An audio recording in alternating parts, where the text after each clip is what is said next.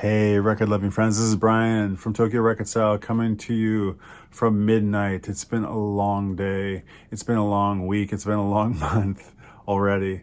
I am just trying to find every little extra bit of time that I can. If I haven't been on dad duty or working my tail off at my full-time gig, I've been trying to find every last little minute of time to work on Tokyo Record Style, and there's just not enough hours in the day. I have more things to do, but I've run out of time every day. And I'm still in this beta phase of the YouTube channel, and I still don't feel like I've started this series in earnest yet, but I'm just giving it the old college try and firing up the camera and putting myself out there. So I want to give you a little update on what's going on with Tokyo Record Style. I don't know if that's really of value to you, but it is to me.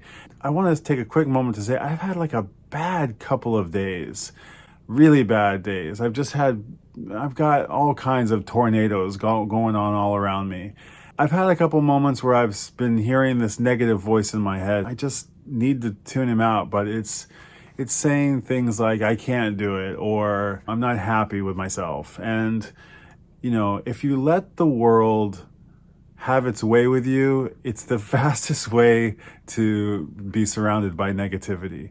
And to really try to put forth a positive vibe, to try to be optimistic, to try to have enthusiasm about everything that you're doing, it's a choice you have to make.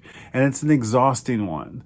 And you lose faith that you can keep doing it another time, especially when there's people and things and relationships and situations all around you that are trying to, pull you down into the place where they are. It's really hard to just try to keep positive and keep going forward. And I just encourage you, if you hear those voices in your head, ignore them and just shut them up. And maybe they're right, maybe they're wrong, but you don't need to hear them. You'll be better served by telling yourself that you can do these things and that you are worthy of this stuff. So I don't know. I'm not really, one to say such things, but just had a rough couple of days, and I just wanted to stop myself. And if anybody else is going through that, I wanted to, put that out there that, positivity is a choice and you can do it.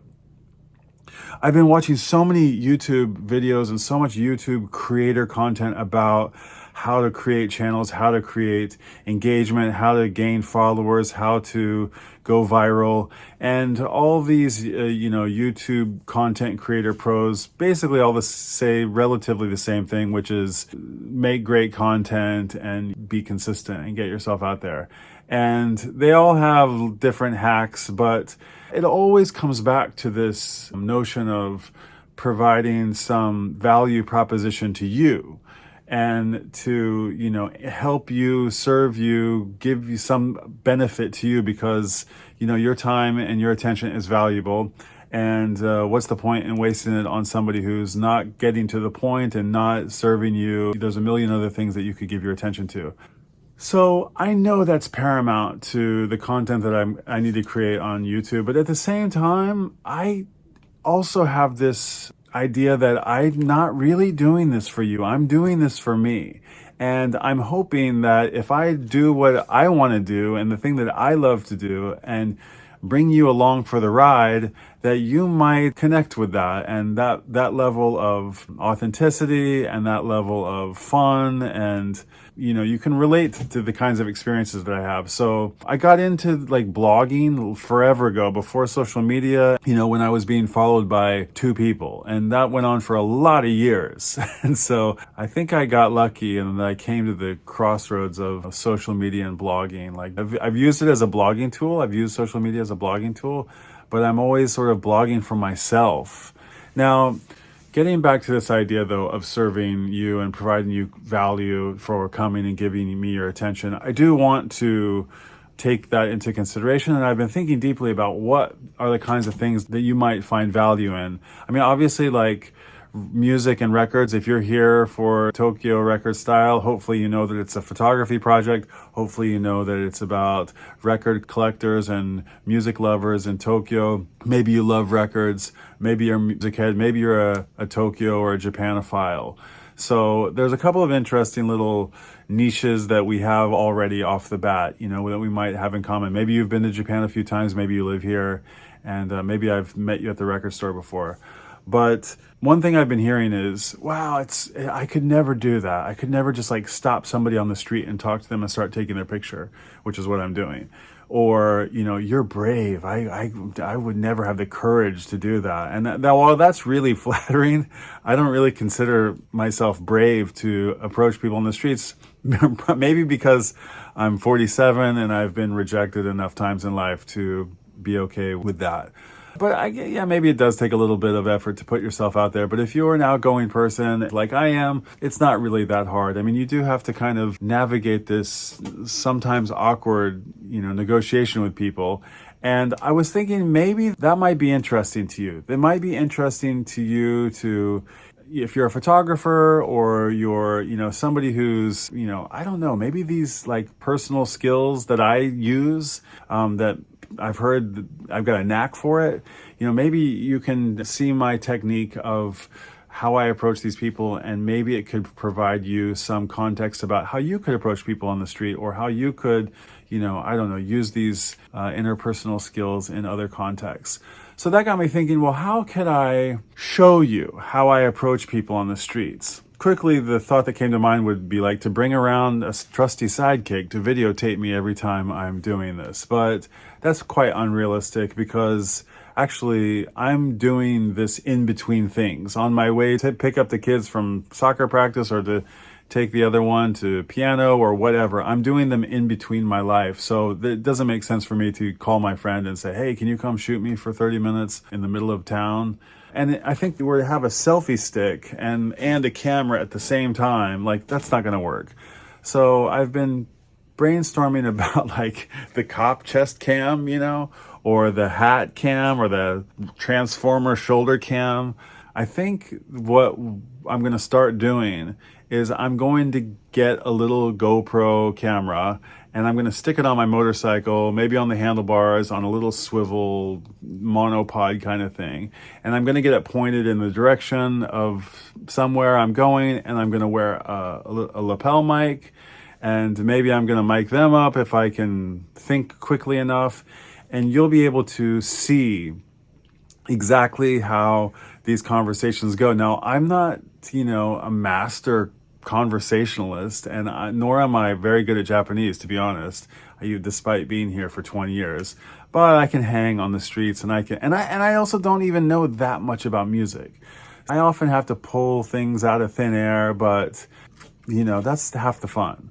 So I was thinking maybe that would be of interest to you. And not only would it be cool to see like how the photos are made and how the interactions happen, but perhaps I could get a little bit more granular with the individual stories. Now, the conversations that I'm having with the individuals, they run the gamut. Sometimes they're deep and meaningful, and sometimes they're quick and short, and sometimes they're about the most random topics, and sometimes they end with hugs and hearts to hearts. But I'm thinking about formalizing that system in a little bit better way, maybe for not only so I don't forget things, but, actually I think it might add value for everybody. And I came up with this kind of silly acronym just a couple minutes ago, 30 minutes ago, MUST. The 4 things I must ask these people. M for music, U for you, them. I want to ask about them. S is for style, because Tokyo Record Style is also about style. And what are they wearing? Where did they get it? Where do they like to shop? What's a cool style thing that they can mention? T, Tokyo. Ask them about Tokyo. What's a recommendation you would have about Tokyo?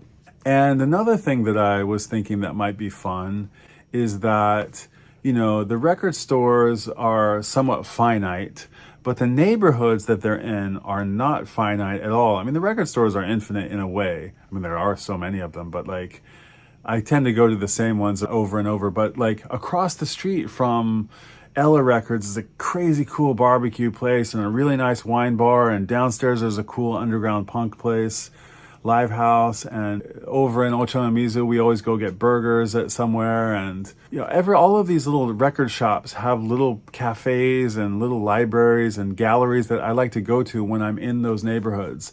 So another thing that I've been thinking about is bringing you along for the ride, and let Tokyo Record Style sort of spread out into a little bit of Tokyo. Put a little bit more Tokyo in Tokyo Record Style.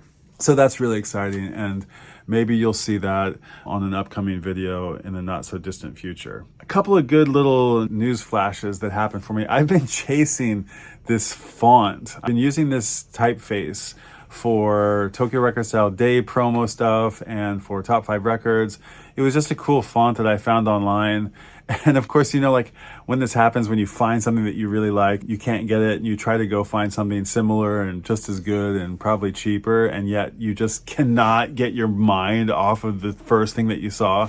That is the case with this font. I found out who made it, and I approached them and said, hey, I got an idea for a t-shirt, and I got an idea for stickers, and I really want to use this font. How can I get a commercial license? Because I don't want to get in trouble printing things and selling things without attribution to this guy who's made it, you know, paying them accordingly. So I've sent 5 emails. I just never gave up. The first one, the second one, the third one. I think on the third or fourth one, I said, is anybody getting these emails? Am I sending them to anybody? Literally weeks. And I thought, oh, I'm going to have to give up on this font. I'm going to have to go find a different font, which would have been okay. But today, he emailed me back and said, hey, thanks so much. And he requested some examples of how I was using the font. So I sent that to him, and he wrote back and said it's really cool. And so I think you're going to see some t-shirts and some stickers, maybe some business card, or I don't know what else, but there's going to be some cool things coming up. If you're so inclined to get a sticker or to get a t-shirt or to get notified about these things, then please sign up for my newsletter. I haven't actually sent a single newsletter yet, but I'm very close to sending one. I'll leave the link to subscribe in the description area. And also, if you're inclined to help me get this other video production idea off the ground, I need like a few little gizmos, and they're not cheap, and I'm most willing to trade for creative services, photography, or otherwise. I really do want to take that next step. 2 more things and then I'm done. Tokyo Record Style Day is the day that we just basically go record shopping together with our pals. I've slated the next one for next weekend, this Sunday, October 8th. And it was originally slated for 2 o'clock in the afternoon, but I found out that I've got some family obligations. And it's at Coco Isle Music Market in Shibuya, which is a reggae and ska and rocksteady and Hawaiian reggae place. Very, very cool. Run by the charismatic Kazuki-san, who's very kind and friendly and very willing to share about reggae music. I considered postponing it because I haven't really announced it in earnest yet, and I've been just procrastinating, and I'm actually still don't know if it's 1,000% going to happen, but I think I'm going to make it happen, but I'm going to make it an evening get together. So I've slated it for 7 p.m. on October 8th, Sunday, October 8th. So I was thinking maybe we go get a street coffee or beer and go over there, hang out for an hour and do photos and say goodbye. If we're so inclined, we can go maybe have a nightcap after that. Tokyo Record Style Day, October 8th, 7 p.m., Coco Isle Records. I'll leave the description in the comments. Last thing I wanted to say is that just after such a stressful day, I'm really excited to put on this really great record. This is called Maybe We're the Visitors, which I really love, by Fish's pianist and keyboardist Paige McConnell. This is a great instrumental album, all synths. I was going to say synth heavy, but it's actually all synths. It's a soundscape album, and it was made with inspiration from his time in Iceland, hanging out with the Northern Lights. And there he is, Paige McConnell in his winter gear. And there's a nice little insert, I think, where he is just, you can see he's kind of in his like Scandinavian, Northern Europe style hotel room with his little keyboard. And I think he's hanging out there for a few weeks, just getting inspired by the Northern Lights. And what I really, really love about this record is that not only is it like the most interesting and chilled out cool record, it actually doesn't have any liner notes. It has no liner notes. It's just the artwork And, just these beautiful images. The paper, of course, is really nice. The tracks do have titles. A record can be a little piece of art, and it doesn't necessarily need to be covered with text and details and metadata. And a little will do. This one has a little bit on it, but basically it's just a very simple record, and the album cover is a great reflection of the actual music that's on the record. If you've never heard Page McConnell's music, he's got a couple of different bands, side projects. They're all really good. This one I really recommend. Maybe We're the Visitors. I asked my son years ago when he was probably 5 or 6 years old, Paul, do you think there's aliens out there in the universe somewhere? And he said, Dad, maybe we're the aliens, which I thought was really sweet and funny.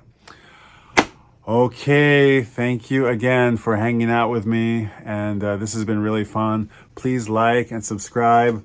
Go check out tokyo.record.style and come be part of this community and this project. I have one more PS to mention. There's a community aspect in the not so distant future. So do get signed up for that newsletter, because you'll all be invited to come be a part of this interesting community that is emerging. And with that, I will say until next time, thanks for being here, and I'll see you out at the record store. Bye.